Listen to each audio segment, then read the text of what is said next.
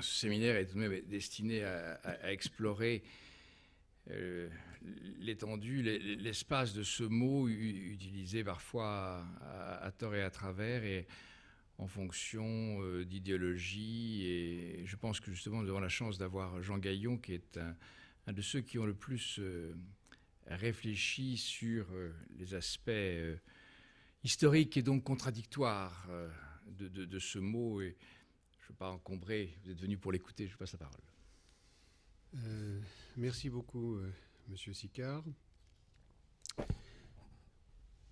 Mesdames et messieurs, la nouvelle génétique, en association avec les techniques de procréation médicale assistée, a suscité un regain du débat sur l'eugénisme dans le public. Il y a à peine 12 ans, 15 ans peut-être, ce mot était tombé en désuétude. J'ai pu constater à de nombreuses reprises qu'il était devenu inconnu du grand public et qu'il était même devenu souvent inintelligible au personnel hospitalier et bien souvent aux jeunes médecins. Ce n'est plus du tout le cas aujourd'hui. Le programme Génome humain, les progrès spectaculaires de la génétique médicale ont réactualisé un débat que l'on croyait clos. Je rappelle brièvement ce qu'a été l'eugénisme dans sa forme classique. La définition rétrospectivement en est assez simple. C'est un programme d'amélioration biologique des populations humaines par sélection artificielle. Notez bien ces mots, amélioration, population, sélection. C'est un vocabulaire qui renvoie directement à l'élevage animal et à l'horticulture. On parlait au XIXe siècle, on parle encore en français de l'amélioration des animaux, de l'amélioration des plantes. Ce sont les noms de disciplines scientifiques. L'eugénisme s'est donné d'emblée comme une science et une technique d'amélioration des populations humaines. L'étymologie du mot est d'ailleurs transparente. C'est une étymologie qui fait référence précisément à l'amélioration par un usage parfaitement clair du préfixe grec «eu», qui signifie bien ou bon. L'étymologie de ce mot est donc simple. Eugénique est forgé à partir de eugenes, qui a donné aussi le prénom Eugène en français. Et eugenes, c'est celui qui est bien engendré, bien né. Un sens dérivé dans la langue grecque de ce mot très usuel, c'est noble ou aristocrate. L'eugénique a d'emblée été défini par ses promoteurs comme la science des bien-nés, the well-born science, comme on disait couramment en langue anglaise, à la fin du XIXe siècle et au début du XXe.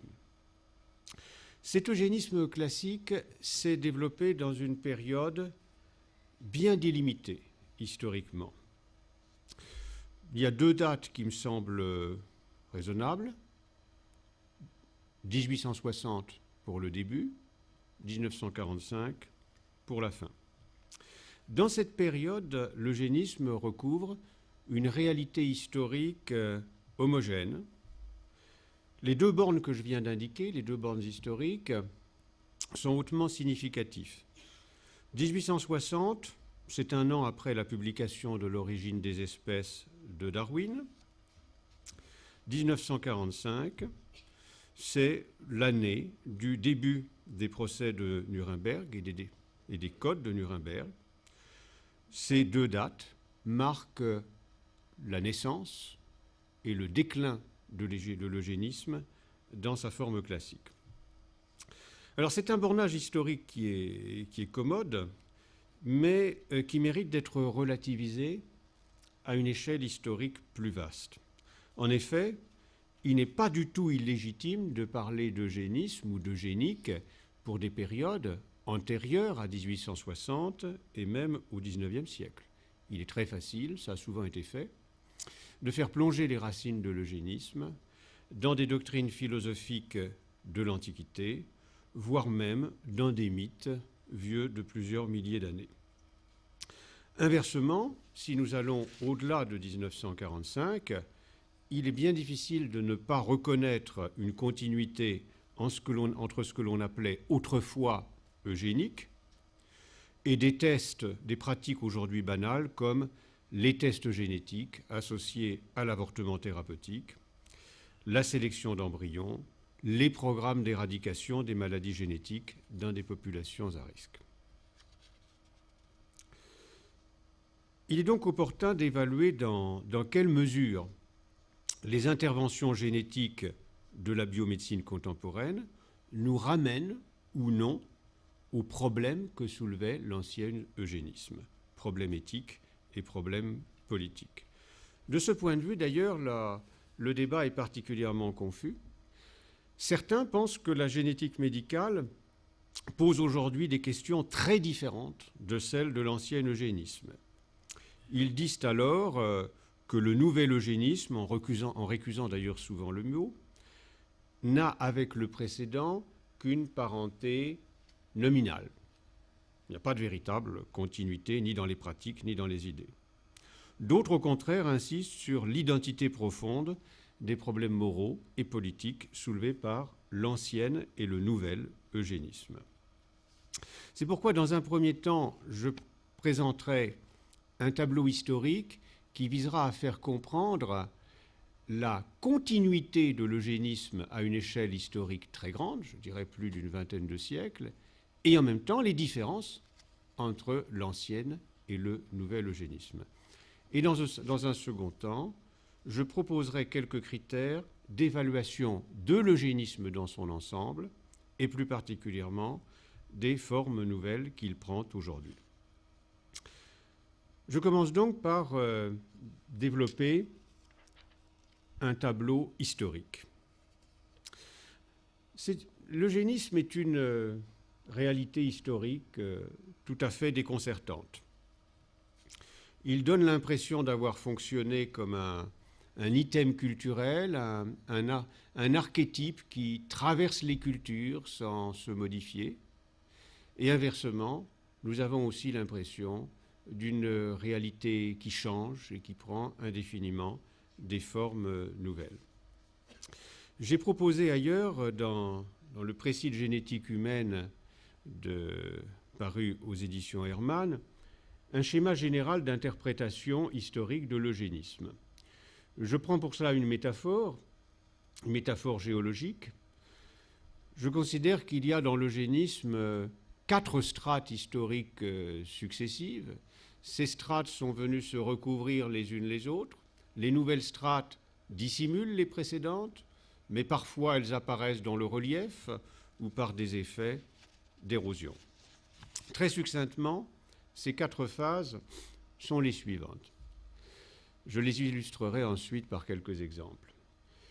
Il y a d'abord quelque chose que j'appelle l'idée eugénique. Une idée dont les origines sont bien difficiles à repérer, mais certainement très, très, très, très ancienne. Une sorte d'archétype transculturel qui résiste, au fond, à la succession des cultures, des religions, des philosophies, des systèmes politiques et des pratiques scientifiques. La deuxième strate correspond à ce que j'appelle l'idéologie eugéniste. Idéologie par opposition à idée. Par idéologie, j'entends quelque chose qui n'a de sens que par rapport à un contexte culturel et historique bien défini. C'est celui dont j'ai parlé tout à l'heure en le nommant l'eugénisme classique. Cet eugénisme-là n'a de sens que par rapport à un certain contexte scientifique, dont je dirai quelques mots tout à l'heure, et par rapport à un certain contexte social et culturel qui en explique l'extraordinaire extension populaire aux alentours des années 1900 et jusque dans les années 1940. La troisième strate est constituée, strate qui recouvre partiellement, qui chevauche partiellement la précédente, est constituée par l'émergence de lois eugénistes et d'une prise en charge de l'eugénisme par les systèmes politiques. C'est la période noire de l'eugénisme, c'est le moment, au fond, où on passe des slogans aux actes. Et la dernière strate est constituée par la période qui commence à partir de 1945. 1945, je pourrais aussi bien dire 1940, mais cette dernière période est caractérisée par deux faits majeurs. C'est une coïncidence, elle n'a sans doute pas de raison profonde, mais elle a eu des effets. Les années 40 sont les années dans lesquelles commence tout juste à se constituer une génétique médicale. Le mot de génétique médicale est de 1942. Il est important de constater que cette génétique médicale n'existait pas comme outil scientifique dans la période de développement majeur de l'idéologie eugéniste. Et puis cette période est aussi celle qui est marquée par les exactions nazies et par l'horreur que peu à peu a suscité le mot d'eugénisme du fait de son association au nazisme. Je ne vais pas rentrer dans le détail de ces périodes, mais les illustrer par 9 textes fétiches, 9 textes qui me permettront d'illustrer la transformation progressive de ce que l'on appelle l'eugénisme. Le premier texte est un petit peu long, je ne le lirai pas intégralement, mais il est exemplaire. Texte d'un des plus grands philosophes de tous les temps, Platon, l'ouvrage majeur, La République. C'est l'ouvrage indéfiniment cité par les eugénistes, disons, convaincus. Je lis quelques lignes de ce texte. J'ai volontairement choisi la traduction française qui est connue pour être non pas la plus élégante, mais la plus littérale à partir du grec. Il faut que le plus souvent possible, ce soit l'élite des hommes qui commerce avec l'élite des femmes, et au contraire, le rebut avec le rebut. Que les rejetons des premiers soient élevés, non ceux des seconds, si l'on veut que le troupeau garde sa qualité imminente. Et en outre, que toutes ces dispositions, quand on les prend, soient ignorées de tout le monde, sauf des magistrats. Un peu plus loin, Platon dit « Quant au nombre des mariages, c'est sur l'avis des magistrats que nous le fixerons, afin que le chiffre de la population soit conservé autant que possible le même, en faisant leur place aux prévisions de guerre, de maladies et tout ce qui est de cet ordre, et que, selon ce qui est possible pour lui, notre État ne devienne ni grand ni petit. » On ne peut pas imaginer meilleure définition au mot près d'une eugénique d'État. Or, je lis les dernières lignes. Beaucoup de mes collègues historiens de la philosophie m'ont fait observer, quand je commente ce texte, comme d'autres l'ont fait, que Platon parle des mariages sacrés. Bien sûr, ce n'est pas à prendre à la lettre, c'est symbolique, ça a une signification dans le système philosophique. Peut-être, mais voici ce qu'ajoute Platon. En outre, dernière phrase, à ceux des jeunes hommes à qui il sera arrivé de faire preuve de vaillance à la guerre ou en toute autre conjoncture, on accordera des prérogatives et principalement une plus large permission de coucher avec les femmes pour qu'en même temps, grâce à ce prétexte, le plus grand nombre possible des enfants proviennent de la semence de tels hommes. Vous voyez, là, Platon ne parle pas simplement du mariage, mais de la reproduction pure et simple, la reproduction physique chez les hommes. Alors c'est un texte célébrissime qu'il est impossible de ne pas citer si on s'intéresse à l'histoire de l'eugénisme. Donc ces phrases, vous voyez, elles illustrent ce que j'appelle l'idée eugéniste. Elles illustrent son ancienneté. L'idée est très simple, au fond, c'est sauvegarder les qualités d'un groupe social, qualité de santé, qualité morale, par le moyen d'un contrôle social de la reproduction. Alors, cette idée a traversé les temps historiques avec une remarquable obstination. Plusieurs formules de Platon reviennent indéfiniment au XVIIe, XVIe, XVIIe, XVIIIe, XIXe, XXe et maintenant XXIe siècle. Quelquefois les auteurs le savent, d'autres fois ils ne s'en aperçoivent pas. Vous remarquez que cette idée chez Platon est placée sous le signe d'une utopie politique. Donc en quelque chose qui n'existe nulle part, mais qui est rêvé. Vous remarquerez aussi la comparaison que fait Platon, en fait vous ne le remarquerez pas, mais je peux vous le dire, qu'il fait dans les pages qui précèdent et qui suivent, avec l'élevage des animaux de chasse et des animaux de compagnie. Platon fait à plusieurs reprises la comparaison avec les chevaux de chasse et avec les chiens. Vous verrez que c'est quelque chose qui revient dans des textes ultérieurs.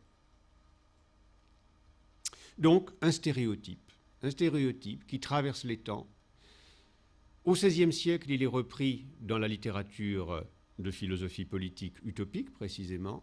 À partir du XVIIe, nouveauté, ce thème est repris et approprié par des médecins et plus tard par des hygiénistes ou des spécialistes de santé publique.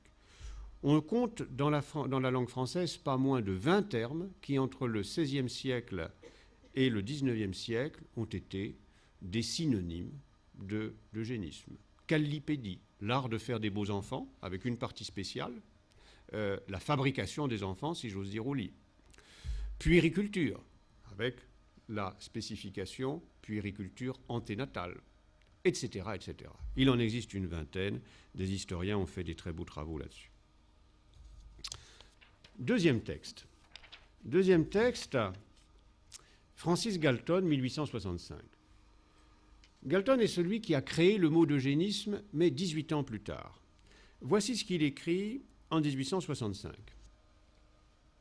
Si l'on mariait les hommes de talent à des femmes de talent, et ça, c'est quasiment la même phrase que Platon, de même caractère physique et moral qu'eux-mêmes, on pourrait, génération après génération, produire une race humaine supérieure. Cette race n'aurait pas davantage à faire retour aux types ancestraux plus médiocres que ne le font nos races désormais bien établies de chevaux de course et de chiens de chasse. Alors, 1865, nous sommes dans la période de la naissance de l'idéologie eugéniste. Le mot n'existe pas encore. Le modèle platénicien est évidemment présent chez Galton, il le sait, mais aussi chez ses lecteurs qui connaissent bien leurs classiques, du moins si c'est des intellectuels. Notons cependant une inflexion. Platon n'aurait pas pu écrire cela. Il y a des formules qui lui sont empruntées, mais il n'aurait pas parlé de produire une race humaine supérieure. Il aurait parlé de préserver les qualités de la nation, de la lignée ou de l'État. Galton, lui, parle de produire une race humaine supérieure. L'utopie a changé. Il s'agit désormais du rêve de façonner une humanité nouvelle ou une race humaine supérieure. Notons aussi que dans ce texte, nous voyons percer l'intérêt d'un savant pour l'hérédité. Il faut savoir que Galton a été dans l'histoire le premier à élaborer ce que l'on appelle le concept dur de l'hérédité, ou ce qui revient eux-mêmes, le refus de l'hérédité des caractères acquis. L'idée selon laquelle les qualités héréditaires transitent de germe à germe, de cellule germinale à cellule germinale. Le soma, le corps de l'adulte, n'étant au fond qu'un véhicule de ces qualités héréditaires. Bon. Comme le même Galton en 1865 expose cette idée et qu'il l'applique en particulier aux qualités morales et mentales de l'homme, nous voyons commencer à se dessiner le profil de l'idéologie eugéniste. Idéologie, car cette fois-ci, l'idée platonicienne, ou enfin l'idée antique, s'appuie sur la caution d'une science nouvelle en voie de constitution, la science statistique et expérimentale de l'hérédité. Simultanément, ce texte ne le montre pas, mais je ne veux pas vous accabler de citations, Galton en 1865 développe son projet utopique en faisant le lien avec la théorie de l'évolution par sélection naturelle de son cousin germain, Charles Darwin. Il attire l'attention sur le fait que la sélection naturelle, théorie dans laquelle il a le plus grand respect, eh bien, au fond, n'est pas à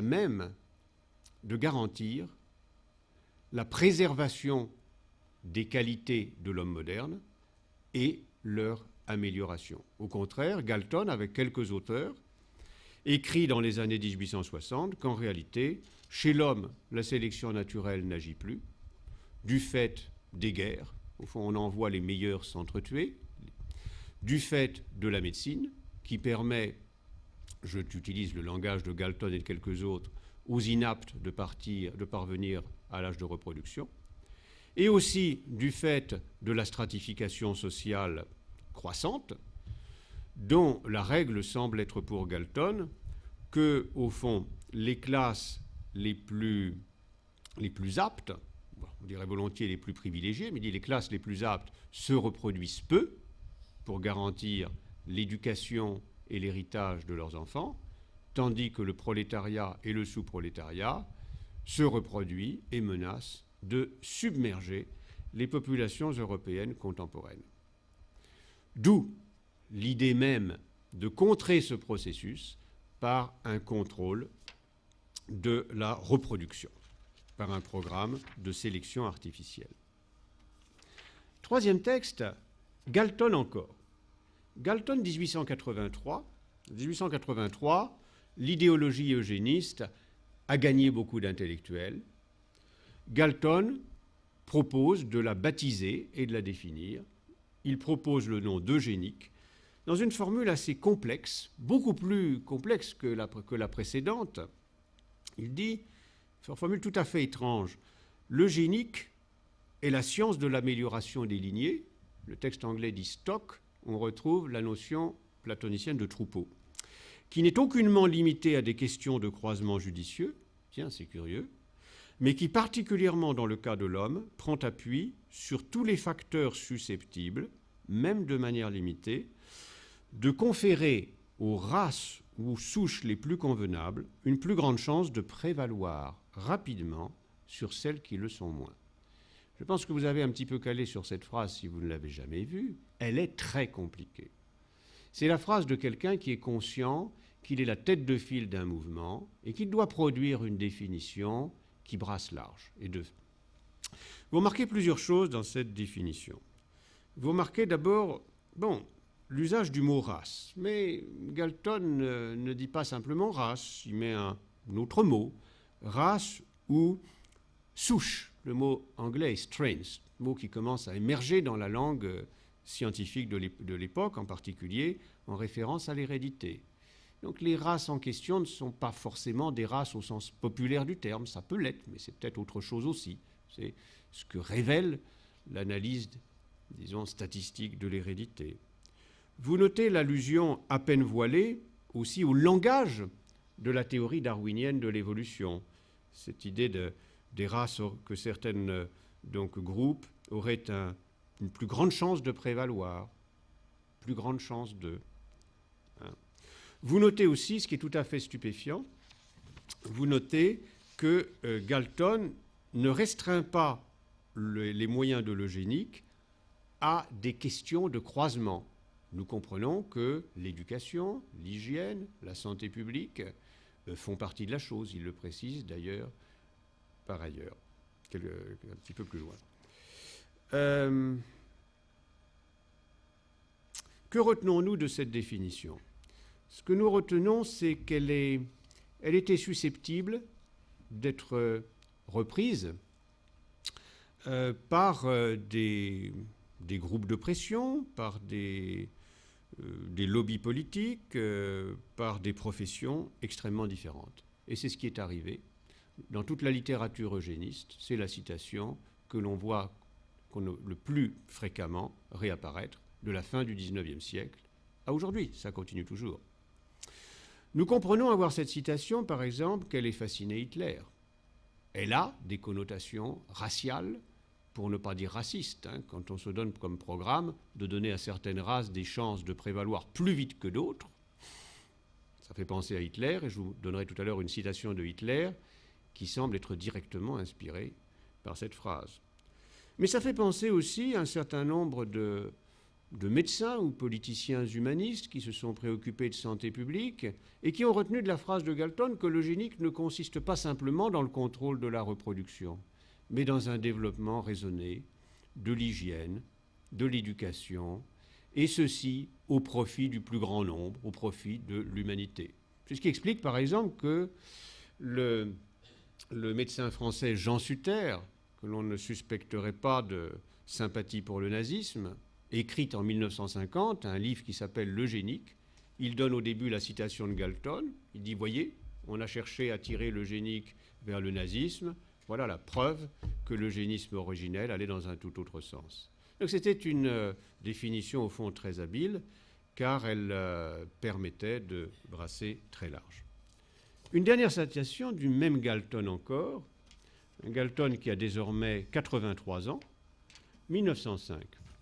En 1905, l'eugénique est devenu un mouvement de pensée influent dont l'extension est planétaire.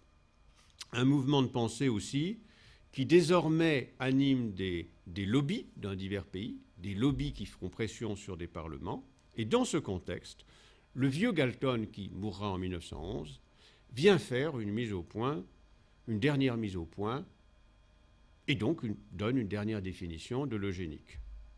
L'eugénique, dit-il, est l'étude des facteurs. Nous retrouvons là un ton extrêmement clair, mais vous voyez, l'orientation est nettement, l'éclairage est nettement politique.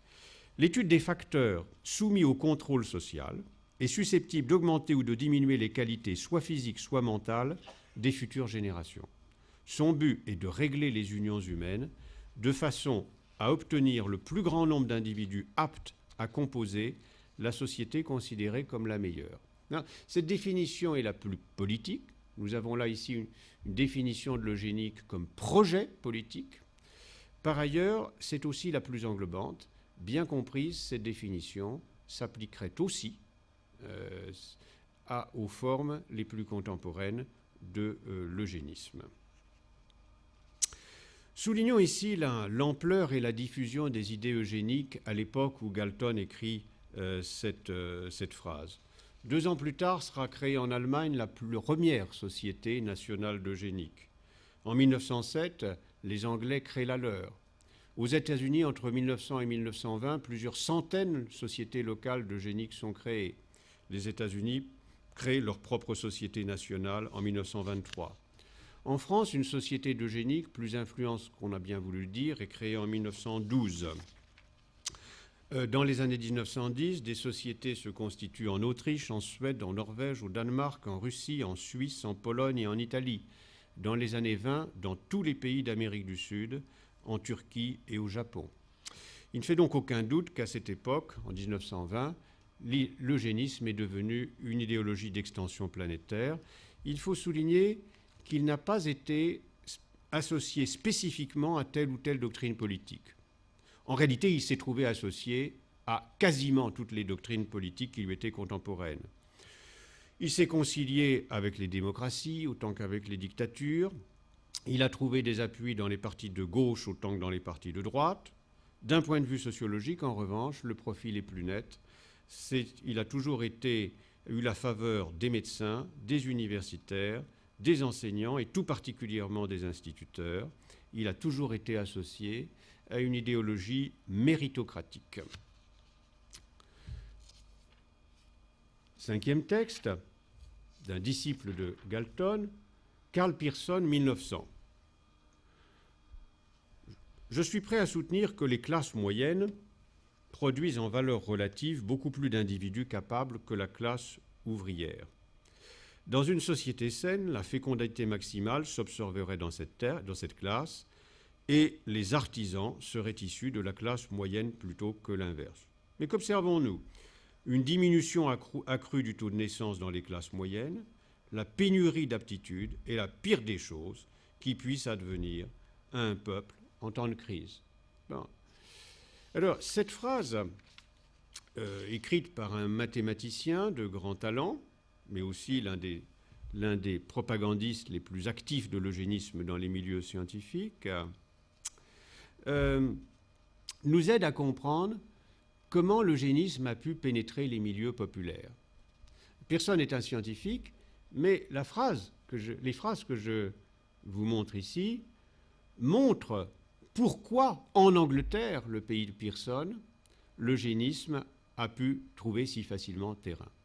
Nous voyons que pour l'Angleterre, l'eugénisme se dessine sur des peurs sociales relatives à des conflits de classe, ce qui n'est pas étonnant dans ce qu'était alors le pays, l'un des plus avancés des pays industrialisés, sinon le pays le plus précoce dans cette voie.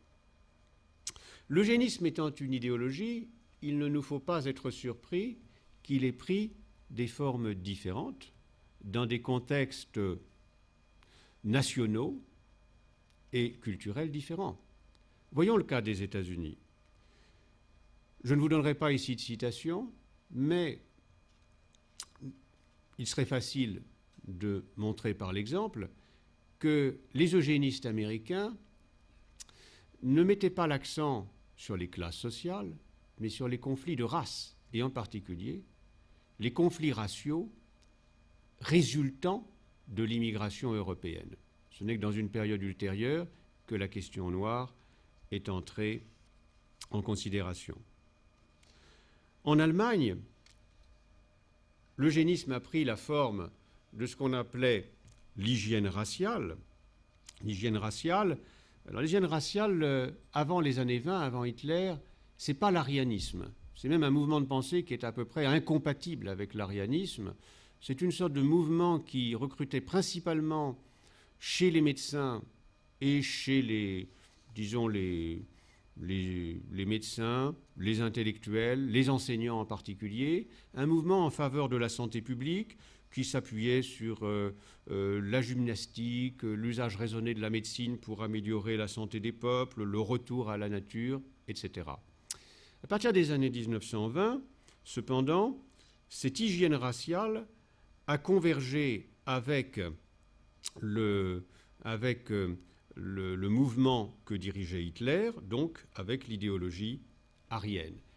Et dans le contexte allemand, l'eugénisme du milieu du XXe siècle a pris principalement la forme d'une réponse à des peurs de type racial, pas les mêmes qu'aux États-Unis, principalement la question juive, la question tzigane, et puis, au fond, les rapports avec les peuples de l'Est. En France, l'eugénisme a pris une tournure très particulière, en fait tout à fait paradoxale. Les eugénistes américains avaient coutume de dire autrefois que la France était un pays pathologique de ce point de vue. En effet, en France, l'eugénisme est marqué par l'obsession de la question de la dénatalité. Et par conséquent, s'est construit une forme très particulière d'eugénisme, l'eugénisme qu'on appelait l'eugénisme latin dans les années 1930, qui a été d'ailleurs l'origine de toute l'école française de génétique médicale, école principalement représentée par Turpin, et qui se souciait principalement de la protection de la mère et de l'enfant plutôt que de la sélection. Le paradoxe de la France, c'est que c'est un pays dans lequel il y a bien eu une loi eugéniste, et justifiée comme telle, une loi qui reste d'ailleurs, mais que c'était une loi précisément relative au test, au test de Wassermann, c'est-à-dire un test de détection de la syphilis, auquel loi donc promulguée sous le régime de Vichy, et qui consiste à imposer à toute personne mâle qui veut se marier de se soumettre à un test qui est porté à la connaissance donc du conjoint. Il s'agit d'un texte donc qui ne se profile pas sur arrière-plan de sélection, d'amélioration par sélection, mais de protection comme quelque chose qu'on pourrait appeler le couple, la femme et l'enfant.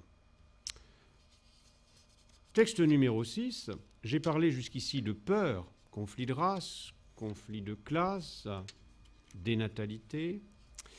L'eugénisme historique a été aussi rendu populaire par ce qu'on pourrait appeler des aspirations sociales qui nous évoquent aujourd'hui quelque chose, en particulier par le féminisme.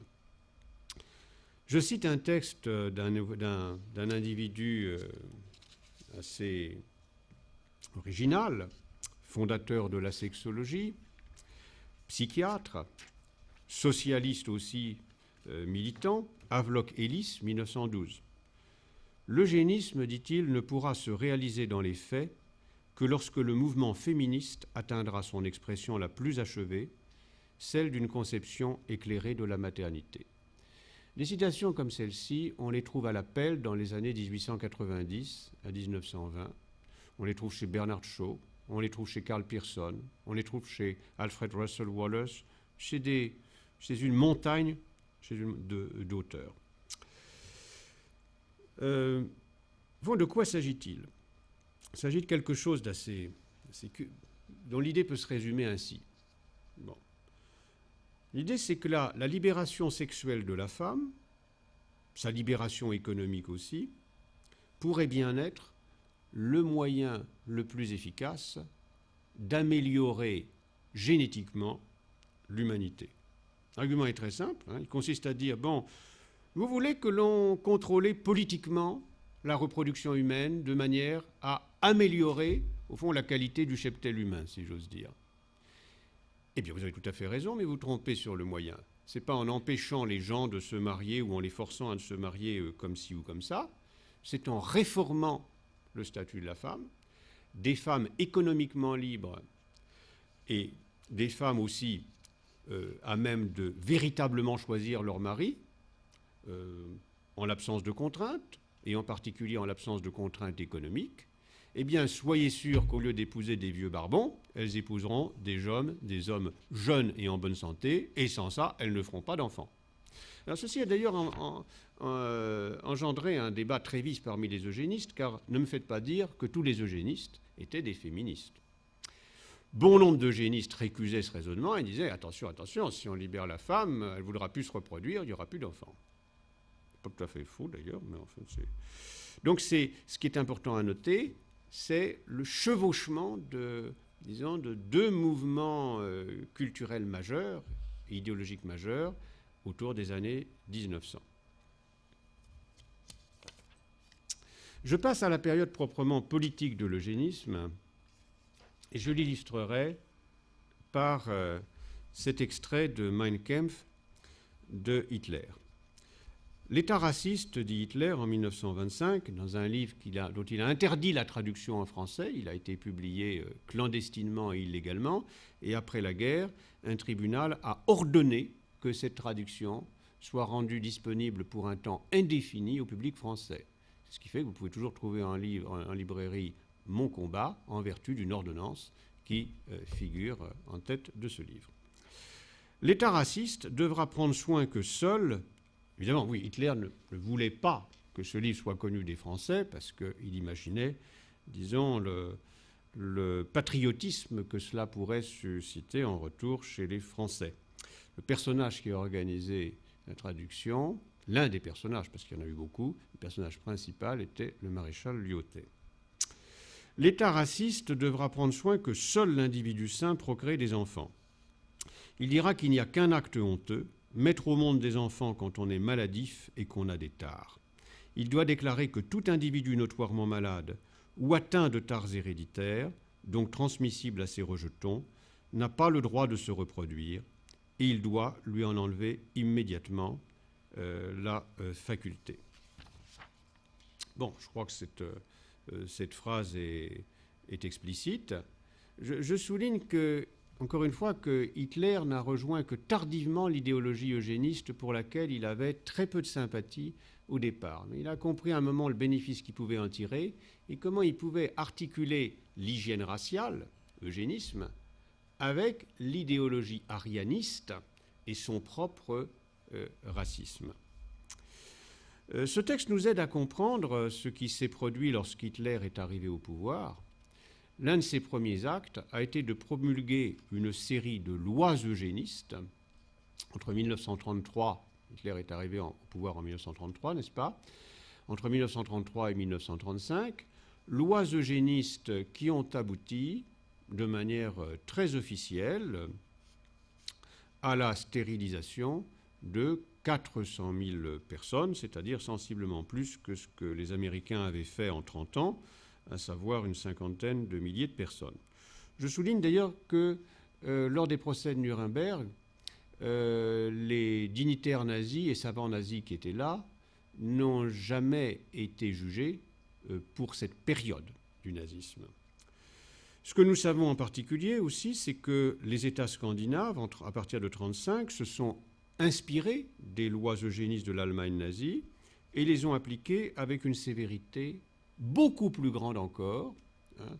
15 000 personnes stérilisées entre 1935 et 1953, ce qui rapportait à la population des pays scandinaves est d'un ordre de grandeur de, je crois, 20 fois plus grand que le nombre de stérilisations allemandes. Bon. Ce que n'ont pas fait les pays scandinaves, c'est de s'engager dans la voie de l'Allemagne nazie, qui, après les lois eugénistes, eh bien, ils ont persécuté les Juifs, les exterminé, ainsi qu'un certain nombre d'autres catégories sociales ou raciales. Bon. Je voudrais dire ici quelque chose. C'est que lorsqu'on parle aujourd'hui d'eugénisme, ce mot est frappé d'opprobre, et principalement en raison de sa connexion avec le nazisme. Je crois qu'il est raisonnable, en l'occurrence, de dire ceci. C'est que si l'on prend même en s'en tenant à la période des lois eugénistes, l'État nazi a mis en œuvre, dès 1935, la forme d'eugénisme la plus rapide, la plus expéditive, la plus intolérante de l'histoire. D'autre part, si l'on prend en compte le projet euthanasie, 1939, projet secret, donc qui aboutit à tuer entre 100 000 et 300 000 malades mentaux, on ne saura jamais le nombre exact, 100 000 certainement, puisque c'est attesté par des documents. Donc si on prend en compte le projet euthanasie, il faut souligner que les nazis ont été les premiers à l'époque moderne à préconiser et pratiquer le meurtre et l'avortement comme moyen eugénique. Enfin, je crois que le nazisme ne peut pas être réduit à la politique eugéniste qui l'a conduite dans le milieu des années 30. C'est une banalité, mais je rappellerai cette banalité.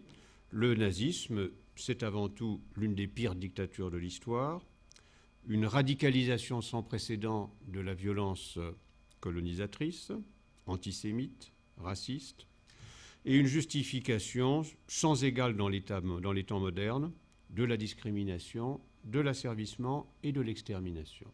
C'est pourquoi l'amalgame entre eugénisme et nazisme me semble être utilisé avec des pincettes. C'est un fétiche qui nous empêche de penser.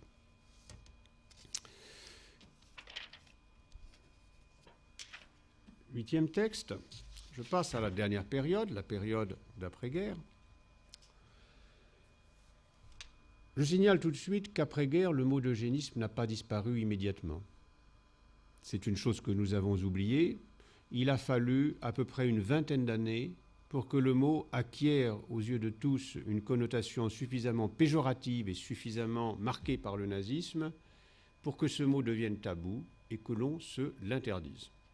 Mais il a fallu 20 ans à peu près. Les Anglais ont été les premiers à l'abandonner, les Français ont été un peu moins rapides, les Américains beaucoup plus tardifs. En témoigne d'ailleurs cette phrase d'Henry Fairfield Osborn, donc un spécialiste, disons, de biologie humaine, qui dirigeait l'une des deux plus grandes revues au monde en eugénique, où il y avait à la fois de la propagande, mais aussi de l'excellente science, puisque ça abritait beaucoup d'articles, par exemple, en génétique humaine. Alors, Osborn donc dirigeait une revue, Eugenics Quarterly, et en 1968, cette revue a été renommée. Sous l'impulsion d'Osborn en particulier, on l'a renommée Social Biology, biologie sociale. Il se trouve qu'Osborn a laissé, comme un certain nombre de savants américains, des interviews retranscrites, dactylographiées, que l'on peut trouver à l'université de Columbia. Donc ce n'est pas un texte qu'on trouve très facilement, sinon, disons, dans l'usage que des historiens comme moi-même peuvent en faire. Alors voici ce que dit Osborn dans une interview. Il dit, nous avons changé, il raconte sa vie, puis à un certain moment, donc le changement de nom de son journal. Nous avons changé de nom car il devenait évident que toute entreprise eugénique devait être menée au nom de raisons autres qu'eugéniques et que le label eugénique causait plus de tort que de bien. Le contrôle des naissances et l'avortement émergent comme de grands progrès eugéniques de notre temps. S'ils avaient été proposés au nom de raisons eugéniques, cela aurait retardé leur adoption. Et que ça, bon, ça a le mérite de la franchise. Hein. Bon. Donc, quoi qu'il en soit, après la guerre, le mot s'efface, mais ceci ne veut pas dire que l'eugénisme disparaît. En effet, il renaît, si j'ose dire, sous une forme inédite et sous l'égide principale, sinon exclusive, de l'institution médicale. C'est-à-dire l'eugénisme, idéologie d'État, se déplace vers la sphère plus confinée, plus privée, plus professionnelle, plus de l'hôpital. Le retour de la question eugéniste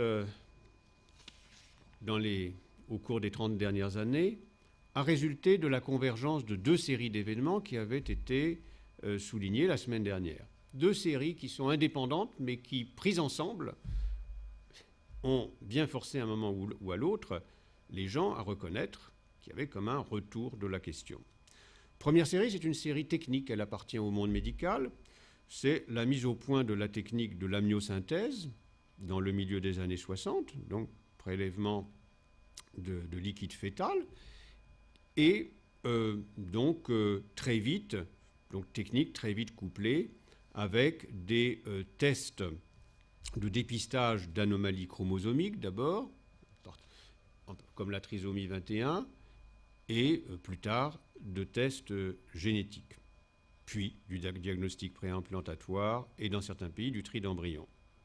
Voilà la série technique. Elle commence à la fin des années 60. La seconde série est politico-juridique, c'est la dépénalisation de l'avortement, Grande-Bretagne 1967, USA 1973, France 1975.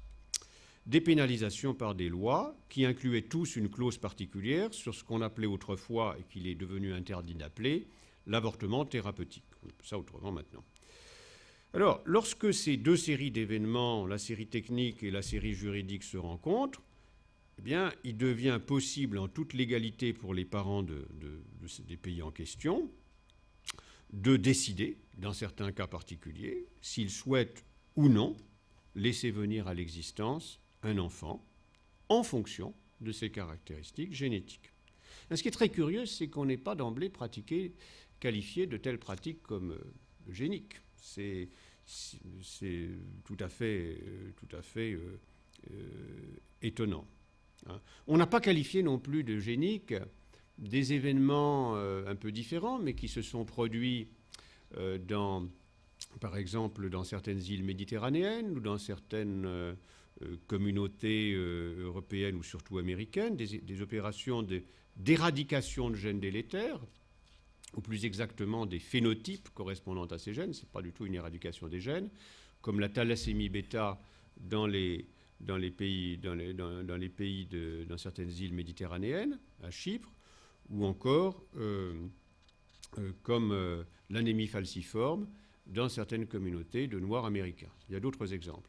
Lorsqu'on a lancé de telles campagnes, quelquefois sur une base volontaire, quelquefois sur une base un peu coercitive, on ne les a pas qualifiées comme des campagnes eugéniques. Il a fallu attendre la fin des années 80 pour que le mot revienne et pour qu'il ne soit plus incongru de se demander s'il n'y avait pas une certaine continuité.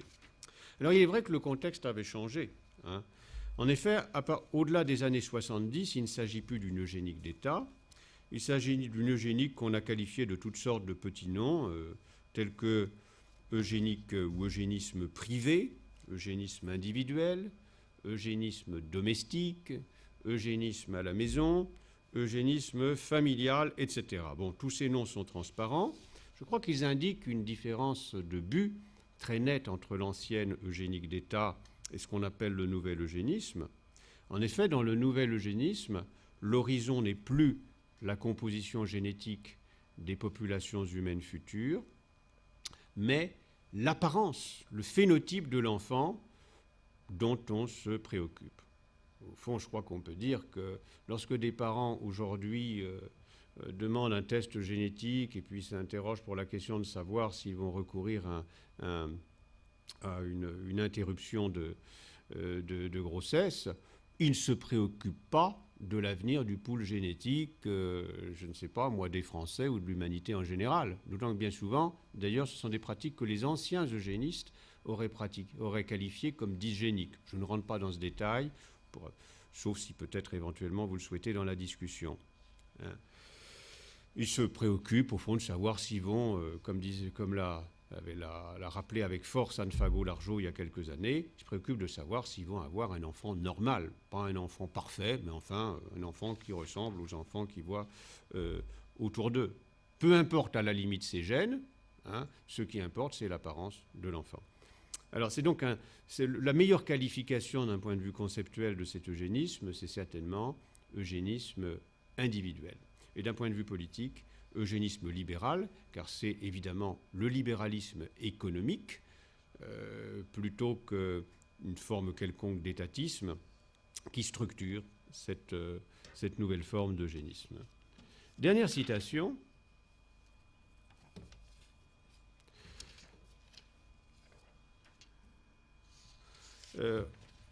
Robert Zinzheimer, 1969. Alors, c'est une citation tout à fait extraordinaire. Je vous présente en 2 mots l'individu. C'est un biologiste moléculaire de renom. Il se trouve que c'est l'un des 2 premiers scientifiques qui a été, comment dire, investi dans le lancement au tout début de ce qu'on a appelé plus tard le programme Génome humain. Hein, Alors voici ce que dit Zinzheimer en 1969. Notez la date, c'est le moment où la biologie moléculaire vient de triompher, les grandes doctrines sont là, avec le dernier prix Nobel qui a vraiment compté de ce point de vue-là, celui de Monod, Jacob et Lvov sur la régulation génétique chez les bactéries. Après 1965, date de ce prix Nobel, disons, la biologie moléculaire entre dans une phase de science normale, avec accumulation de découvertes, je dirais, moins importante bien sûr, mais moins révolutionnaire. Nous ne sommes pas encore, cependant, dans la période du génie génétique. Donc les phrases de Zinzheimer que je vais dire ici sont des phrases qui relèvent de la science-fiction au sens propre, c'est-à-dire c'est quelqu'un qui se projette dans une science qu'il appelle de ses voeux, mais qui manifestement n'a pas les pouvoirs qui lui confèrent encore. C'est aussi le premier texte connu, dans lequel j'ai trouvé l'expression nouvel eugénisme après 1950. Cette expression a existé avant 1950 dans un tout autre contexte. Après 1950, il est, je crois, le premier auteur à avoir utilisé cette expression. Et le texte c'est un plaisir, car on a peine à croire en 2003 que ce texte ait pu être écrit en 1969. Un nouvel eugénisme vient d'apparaître. Fondé sur les connaissances en biochimie de l'hérédité, le vieil eugénisme requérait une sélection permanente favorisant la reproduction des aptes et réfrénant celle des inaptes, donc le contrôle de la reproduction. Le nouvel eugénisme pourrait permettre en principe la conversion de tous ces derniers en aptes du plus haut niveau génétique. Le nouvel eugénisme pourrait permettre de convertir un malade, un infirme, etc., donc en un apte. C'est bien ça qui est dit. On ne parle pas de ses enfants, on parle de lui. Hein. Le vieil eugénisme était obligé de se contenter d'accroître le nombre des meilleurs dans le cadre des ressources génétiques existantes au sein des populations. Parfaite définition. Le nouvel eugénisme ne devrait en principe être contraint par aucune limite, car nous devrions être en mesure de créer des gènes nouveaux et des fonctions biologiques inédites. Bon, alors c'est un texte donc tout à fait impressionnant. Notez, je crois que je l'ai mis là, le titre de ce texte, qui est à lui-même tout un programme, Perspective d'un changement génétique programmé. Alors ce qui frappe dans les propos de ce biologiste moléculaire, c'est qu'à l'époque où il publie ses propos, un tel programme est de l'ordre du rêve, il est de l'ordre de la fiction. Hein. Et d'ailleurs, 30 ans plus tard, hein, même en dépit des progrès accomplis par la nouvelle génétique, je crois que notre pouvoir d'intervention directe sur le génome humain demeure, dans un but eugénique, demeure très en deçà de ce que nous suggère ici Zinzheimer. Bon.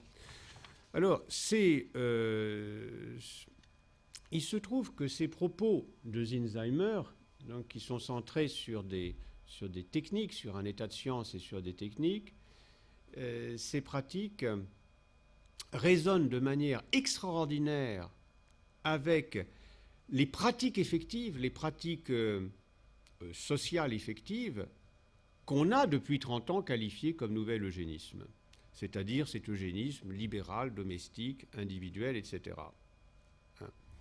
En effet, dans ce nouvel eugénisme, je l'ai dit tout à l'heure, ce qui compte, ce n'est pas la future composition génétique du groupe. Au fond, c'est l'allure, la santé de l'enfant dans l'apparence qu'il va avoir lorsqu'on va le faire. Bon. Alors, un des thèmes majeurs du nouvel eugénisme envisagé justement d'un point de vue social, culturel, c'est une sorte de slogan qu'on a appelé le slogan de l'autonomie reproductive, qui a été abondamment relayé par certains milieux, en particulier par le planning familial, mais aussi par les mouvements féministes, le slogan de l'autonomie reproductive. Slogan qui consiste à dire, ou principe, si on veut le dignifier, qui consiste à dire que la reproduction n'est pas l'affaire de la société, c'est encore moins l'affaire de l'État ou d'un quelconque pouvoir, mais une prérogative imprescriptiblement individuelle. Le principe est celui-ci, c'est que seuls les individus sont fondés à décider des conditions dans lesquelles ils veulent se reproduire. Conditions sociales ou biologiques. Hein. Bon. Donc vous voyez la différence entre l'ancien eugénisme, pour qui c'est une évidence que la reproduction est une affaire trop importante pour qu'on la laisse aux individus, et le nouvel eugénisme qui est plutôt porté par, disons, une idéologie libérale qui met au contraire au devant de la scène la liberté individuelle et le fait que la reproduction, c'est justement quelque chose qui doit être laissé aux individus et aux individus seuls. Et c'est évidemment à ce point des choses que les problèmes éthiques commencent à se poser. Rassurez-vous, il n'y aura pas une deuxième conférence aussi longue que la première partie de cet exposé. Je vais me contenter de donner quelques repères pour évaluer l'eugénisme dans son ensemble. À rebours, au fond, de ceux qui cherchent à évaluer soit l'eugénisme ancien pour dire il était mauvais, puis l'eugénisme nouveau, c'est pas qu'il soit franchement mauvais, mais il nous pose des problèmes et c'est pas la même chose. Je pense qu'il faut construire un cadre général, car la continuité historique de la chose est suffisamment importante pour qu'on se pose la question, vous m'excuserez la formulation un peu triviale, qu'est-ce qui, moralement, ne va pas dans l'eugénisme en général? Alors, beaucoup d'arguments ont été proposés à cet égard. On les trouve chez des biologistes, chez des théologiens, chez des philosophes, dans les journaux. Je vais en présenter 4 et n'en retenir qu'un. Premier argument est assez impressionnant, mais je pense qu'il est un peu faible. Premier argument, c'est de dire que, au fond, l'eugénisme confond la prévention des vies et la prévention des maladies. Ou dit en termes un peu plus raffinés, l'eugénisme vise une amélioration génétique de l'humanité, peu importe si c'est des nations, des races, des peuples, l'humanité elle-même ou certains individus, peu importe, mais il le fait en agissant sur les générations futures plutôt qu'en améliorant le sort des vivants. Donc, il n'y a pas de raison de faire porter, au fond, sur la génération vivante, le poids d'une amélioration hypothétique qui se situe dans le futur. Il y a injustice à le faire. Bon, c'est un argument qui a beaucoup été utilisé par les milieux catholiques et aussi par des biologistes d'un bord assez différent, comme Richard Lewontin, par exemple.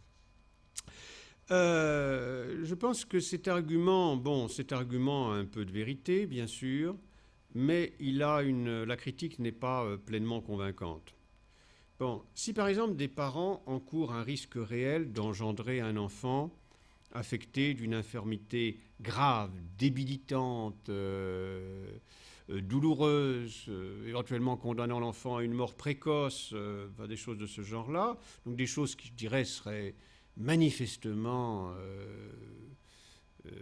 difficilement supportables pour tout être humain à peu près raisonnable, on se demande pourquoi on ne chercherait pas à prévenir une telle situation.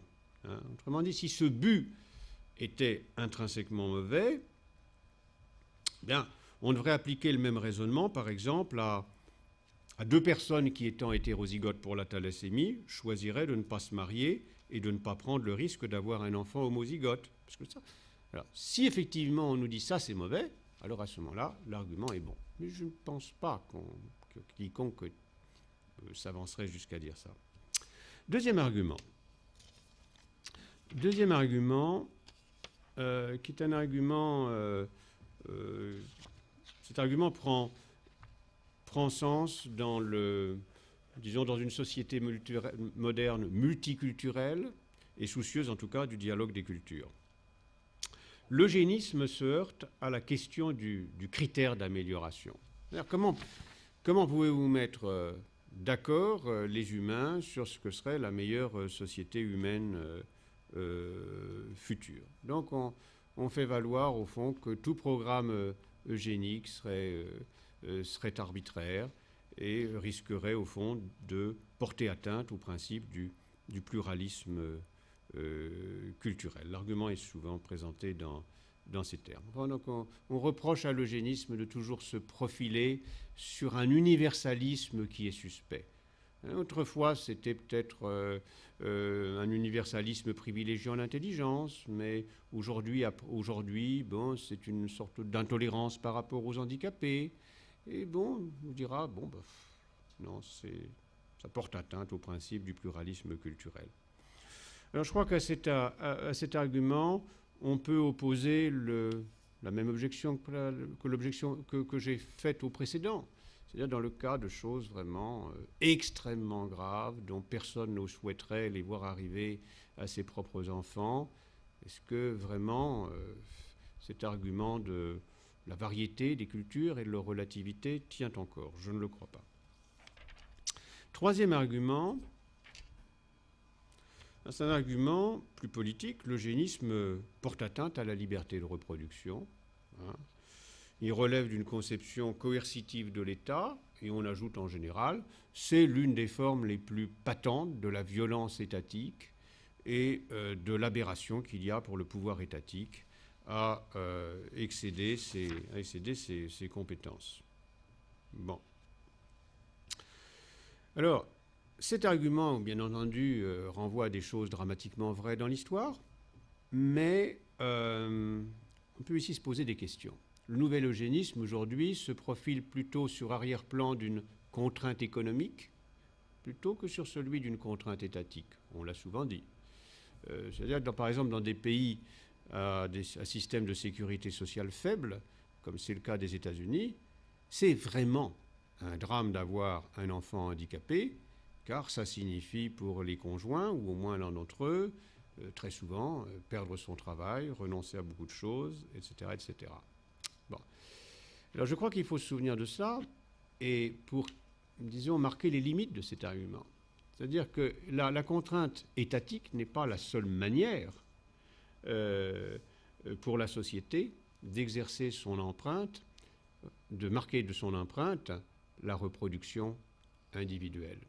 Et dans cette optique, j'aurais tendance à penser qu'il serait peut-être naïf de croire que l'État ne doive jouer aucun rôle. Donc je ne pense pas que ce soit non plus là un très bon argument. C'est vrai que l'eugénisme a été une occasion d'une exacerbation, d'un excès du pouvoir étatique, mais cet argument n'est pas ad hominem. Quatrième et dernier argument, il vous semblera peut-être trop simple, c'est celui que je retiendrai en définitive comme point d'appui, au fond, de mon évaluation, c'est que l'eugénisme est foncièrement injuste. Le concept de justice est le concept qu'il faut en réalité mobiliser. Pourquoi l'eugénisme est-il injuste? Eh bien parce qu'historiquement, hier comme aujourd'hui, dans l'Antiquité comme au XIXe, au XXe et maintenant au XXIe siècle, c'est une manière de voir le rapport entre reproduction et société qui est toujours dirigé contre des groupes humains, soit naturellement affaiblis par la maladie, l'infirmité, soit socialement dominés et faisant l'objet de discriminations virtuelles. J'ai donné tout à l'heure une citation qui faisait du sous-prolétariat la cible de l'eugénisme. D'autres fois, ça a été les immigrés, quelquefois les juifs, d'autres minorités ethniques, ça peut être aussi les handicapés ou toute autre catégorie, je dirais, qui par leur position soit de santé, soit leur position sociale, ont en commun d'être des groupes minoritaires en général et en position de faiblesse potentielle. C'est pour ça que je dis que l'eugénisme est foncièrement injuste dans toutes ses modalités. Et c'est pourquoi je pense, avec un certain nombre de philosophes contemporains et aussi de juristes, que le concept approprié pour penser la question eugéniste, dans ses versions passées comme dans ses versions présentes, c'est le concept de justice, et tout particulièrement de justice distributive. En fait, l'eugénisme, dans toutes ses formes, et en particulier dans ses formes nouvelles, nous confronte confronte la théorie morale à un défi. Ce défi, au fond, c'est d'incorporer dans nos conceptions de la justice les inégalités naturelles. Dans la théorie traditionnelle de la justice, et tout particulièrement de la justice distributive, la théorie morale ne porte pas sur ce que l'on est, mais sur ce que l'on a. Si effectivement nous prenons en compte les inégalités naturelles, il nous faut modifier, ou du moins adapter nos conceptions de la justice distributive de telle manière qu'elles prennent paradoxalement en charge les inégalités naturelles. Autrement dit, l'eugénisme, en particulier dans ses formes contemporaines, nous force à penser, au fond, l'extension du concept de justice à des ressources naturelles qui ne sont autres que les inégalités naturelles. La question, au fond, pour formuler de manière, je dirais, précise mais aussi provocante, c'est quelle est la juste répartition des inégalités naturelles. Alors, quels critères peut-on trouver pour s'orienter dans cette question?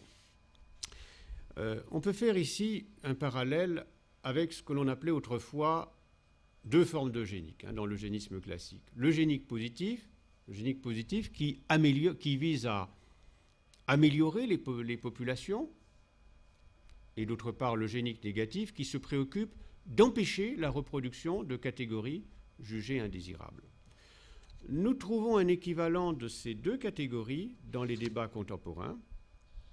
Il y a en effet des interventions génétiques, j'utilise un mot délibérément vague avec un certain nombre d'auteurs, des interventions génétiques qui ressemblent à l'eugénique négative, c'est-à-dire qui se présentent comme ayant valeur de prévention ou thérapeutique, disons, enfin un substitut thérapeutique en tout cas, et des interventions génétiques qui ressembleraient plutôt à l'eugénique positive, c'est-à-dire des interventions visant à une amélioration. C'est ce que la langue anglaise, dans sa crudité, appelle genetic enhancement, qu'on peut traduire en français par amélioration, mais il y a l'idée d'accroissement, c'est presque quantitatif, amélioration génétique.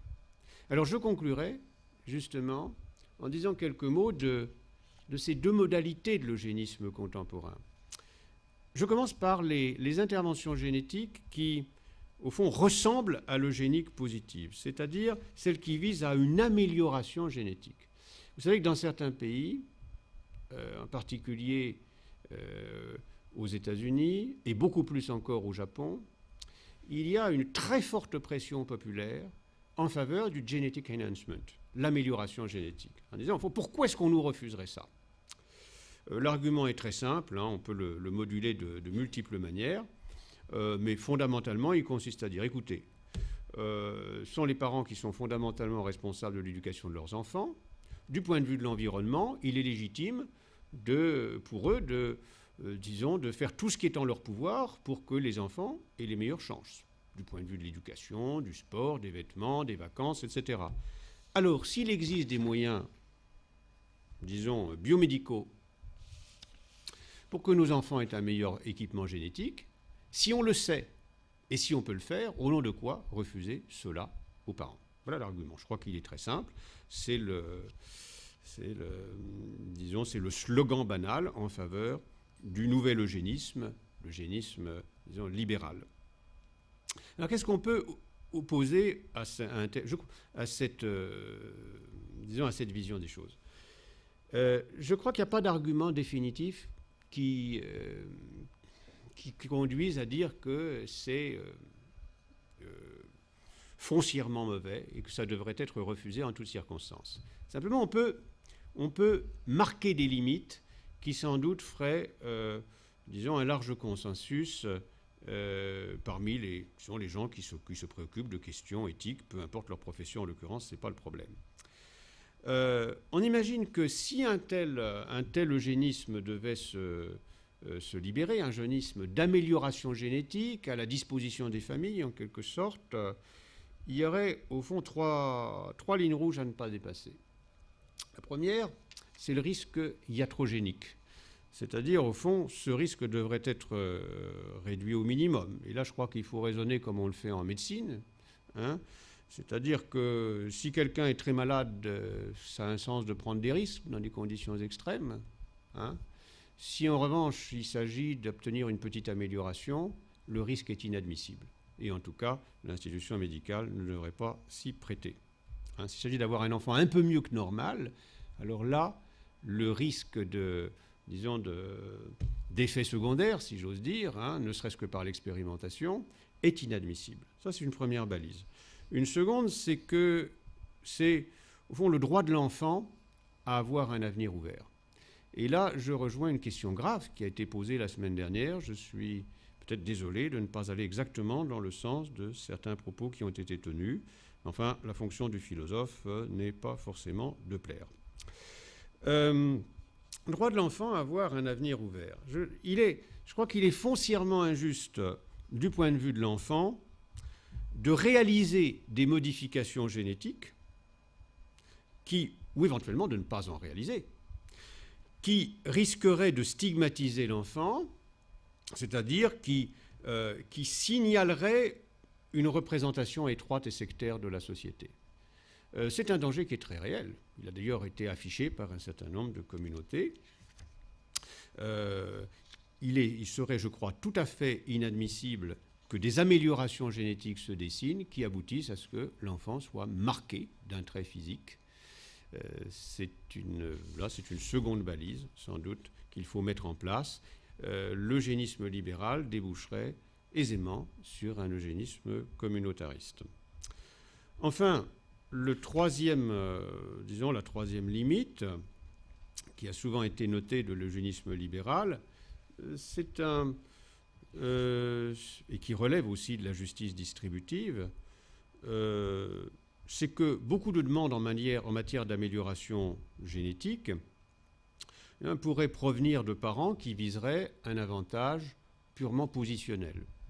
Ce qu'on appelle un avantage positionnel, c'est un avantage qui n'a de sens que si certains l'ont et les autres ne l'ont pas. Par exemple, le choix du sexe dans certains lieux de la société indienne aujourd'hui, ou encore des parents qui voudraient que l'enfant soit plus grand parce qu'il valorise la taille et que, il se mariera mieux, etc. Il est clair que si tous les enfants sont plus grands, c'est une catastrophe sociale parce que ça va coûter très cher. S'il n'y a plus que des mâles, ça sera aussi une catastrophe.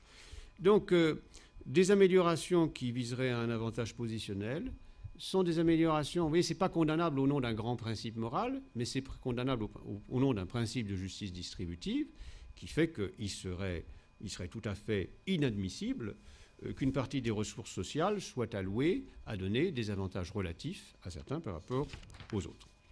Alors, en résumé, ces limites à l'amélioration génétique ne sont pas négligeables.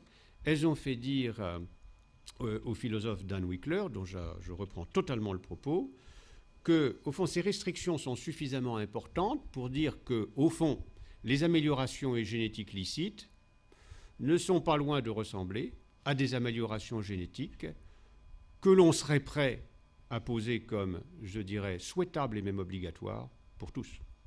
C'est-à-dire que si certaines améliorations génétiques présenter un avantage tel pour l'humanité, par exemple l'immunité contre le sida, c'est quelque chose qui est techniquement peut-être pas loin d'être faisable.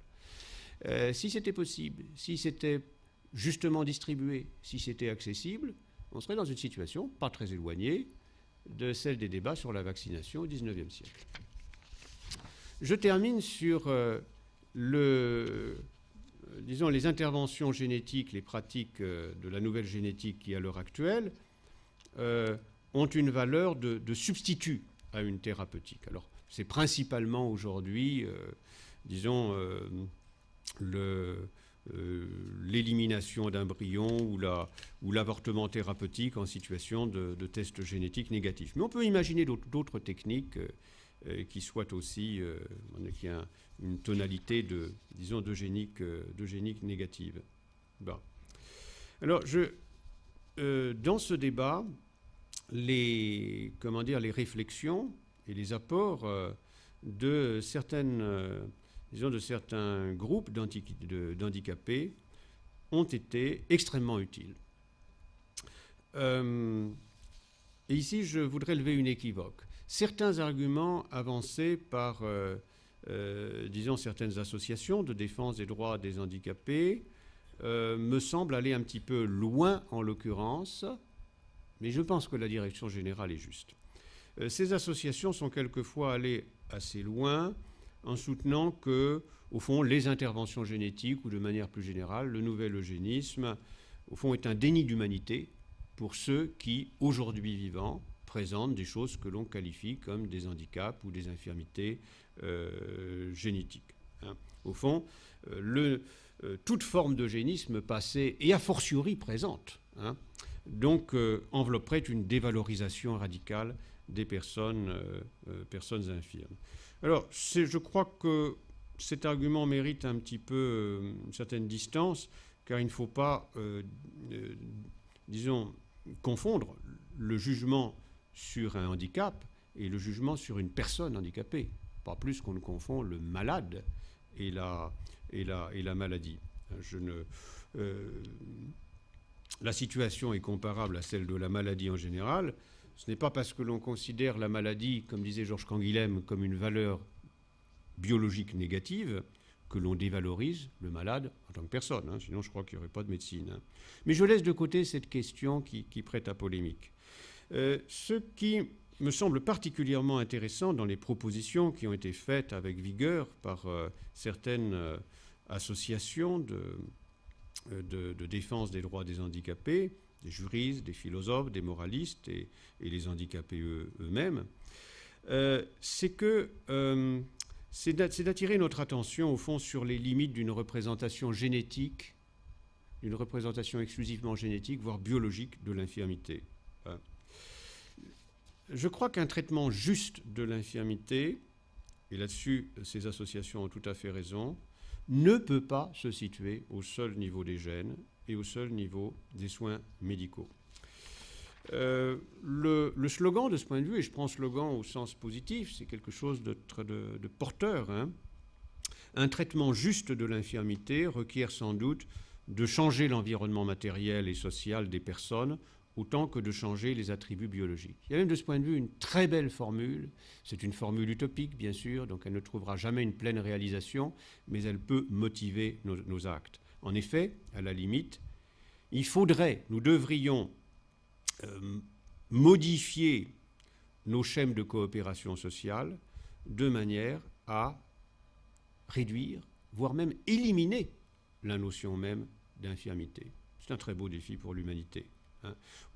Disons, dans une telle société, ce qui a été traditionnellement vu comme un problème de charité ou d'assistance deviendrait un problème de droit et de justice. Autrement dit, substituer une morale de l'inclusion à une morale de l'exclusion. Alors tout n'est pas possible, bien sûr, parce que les choses ont un coût, et parce que, par exemple, s'il fallait annuler la notion d'infirmité au point même de changer, par exemple, les programmes scolaires pour les adapter à des gens qui ont des handicaps mentaux graves, à la limite, il ne faudrait plus envoyer les enfants à l'école ou les mettre dans des écoles où nous ne pensons pas qu'ils pourraient apprendre, donner toutes leurs mesures. Bon. Donc, en conclusion, il me semble qu'aujourd'hui, les gènes, qui autrefois étaient vus comme des sortes de fatalité naturelle, les gènes tendent de plus en plus à redevenir non seulement des ressources techniques, puisque au fond, on intervient dessus, on les prend, on les coupe, on peut les transporter, mais ce sont aussi des ressources sociales. Et en définitive, nous devrions apprendre à nous représenter, des objets dont je vais donner la liste, comme étant dans nos négociations sociales de même valeur et de même rang. Hein. Je veux dire, au fond, les rampes inclinées, l'aménagement de la courbure des routes, les écoles, les interventions génétiques sous toutes leurs formes sont des ressources techniques et des ressources sociales parmi d'autres. Certaines de ces ressources sont des ressources physiologiques, d'autres sont des ressources extracorporelles, mais les gènes, au fond, ne sont des ressources ni plus ni moins que les prothèses, les rampes inclinées, les écoles spéciales pour handicapés. Ce qui exige la justice aujourd'hui, c'est sans doute de prendre en compte toutes les dimensions des différences génétiques qui sont accessibles à cette action. Je vous remercie.